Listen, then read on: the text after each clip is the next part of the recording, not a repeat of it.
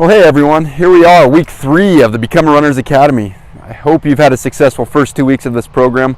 I hope you're hitting every workout. I want to remind you that every workout is important. Remember, this program builds each week, so doing every workout the week before is going to lead you up for success the following week. And remember, the strength and conditioning, mobility, and stretching is just as important as the initial walk and run-walk workouts. Last week in week 2, we introduced running to you. A couple things about the running. In these first couple weeks of the Become a Runner Academy, we are running at a very nice, easy, conversational pace.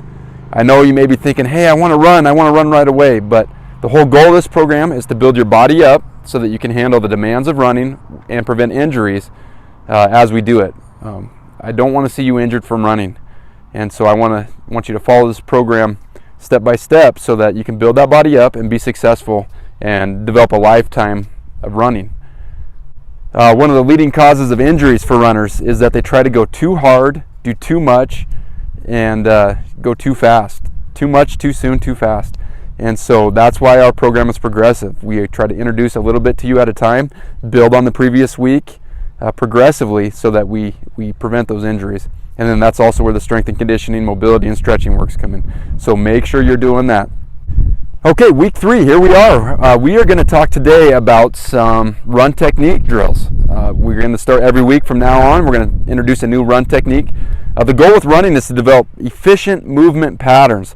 Movement patterns that, again, are going to help prevent injuries. That's the whole goal of our program, and to introduce good running habits, efficient movement patterns, so that as you run, you're minimizing the stress on your body, and we can develop a lifetime habit of running efficiently. Today we're going to talk about posture. Now, posture is very important when we run. And today when we talk about posture, this is a good thing to do right at the start of your run, and also as you go from the walk to run transition.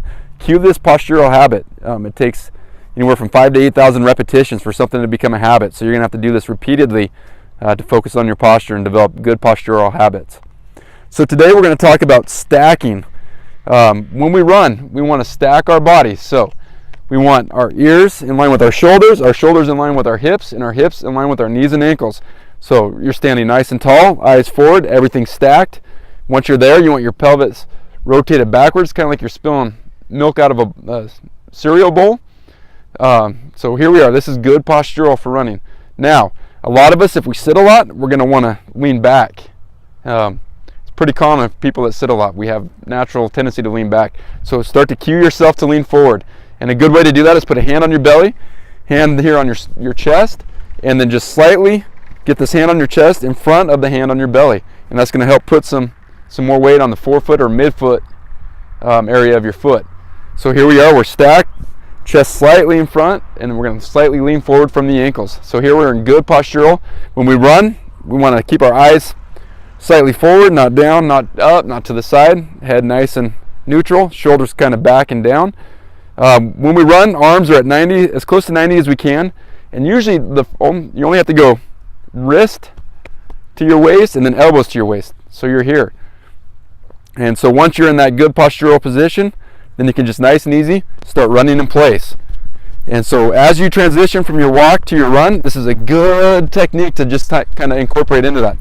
Now run in place for a little bit, and then once you're ready to start running, all you have to do is start leaning forward and start going. And that's the pace that you should start your run at. Just nice and easy. Your hand on your belly, hand on your chest, lean forward, nice and easy, and then just start going forward, nice and easy. So good posture, standing up nice and tall, ears stacked on the shoulders, shoulders to hips, hips to ankles. Slight lean forward so that we're getting up on the midfoot of our feet, putting the weight there. Arms at 90 degrees, shoulders back and down, and this is where we're at. Another good warm-up drill to practice for this is to get in the good postural position, and then one leg at a time, move your arm. And actually this is one that I practice quite a bit, even at my house, in my kitchen. I do this one quite a bit. So stand up nice and tall, arms here, and then just march in place. Okay, so your runs in week 3, again, nice, easy conversational pace. If you cannot have a conversation while you're running, you're running too hard. When we run too hard, again, it's going to put a lot of pressure on our joints. It can lead to overstriding, and so we want to prevent that. So nice, easy, conversational pace. Posture up nice and tall. Everything stacked. Slight lean forward. Right here. Here. Here. And so that does it for our run technique for week 3. Focus on your posture this week when you run.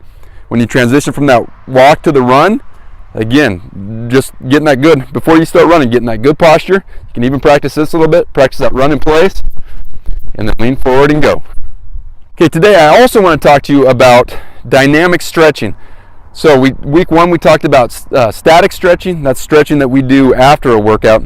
That's like the hamstring wall stretch, the calf stretch, stretches that we hold for 3 to 5 minutes. Also in the strength and conditioning portion, I talked about the chair of death squats and how that's a good one to do right before a run to warm up the glutes. So that's a good example of dynamic stretching. Dynamic stretching incorporates movement to kind of activate the muscles, wake the muscles up before we start running. That's part of the reason why we walk before we start running. One of the worst things you can do, and I know we're all guilty of it, I've done it myself, is we've been sitting for a while, we lace up the shoes, and we go for a run. And our body's just not quite awake, the muscles aren't awake yet to handle the demands of that. So what I do now is I walk for 5 minutes before I start my run. At that end of 5 minutes, I incorporate dynamic stretching into the workout before I start my run. So things that we can do for dynamic stretching. First one, standing up nice and tall, and we're just going to activate our quads, our hip flexors, and just one leg at a time. Bring that leg up, standing nice and tall. Do that 10 times on the one side. Go to the other side. Bring the other leg up. Next one, activate the hamstring. Standing nice and tall on one leg, knee bent. You're just bringing that leg up, activating that hamstring muscle, getting it ready to go. And then focus on the glutes, wake those glutes up. Again, standing on one leg, you're going to activate the glute to pull your entire leg backwards. So activating the glute, our leg is straight. Activating that, getting that ready to go so we can use that during the run. So those are good examples of dynamic stretches. So you do your 5-minute walking warm-up right before you get ready to run. Incorporate the dynamic stretches to wake your muscles up.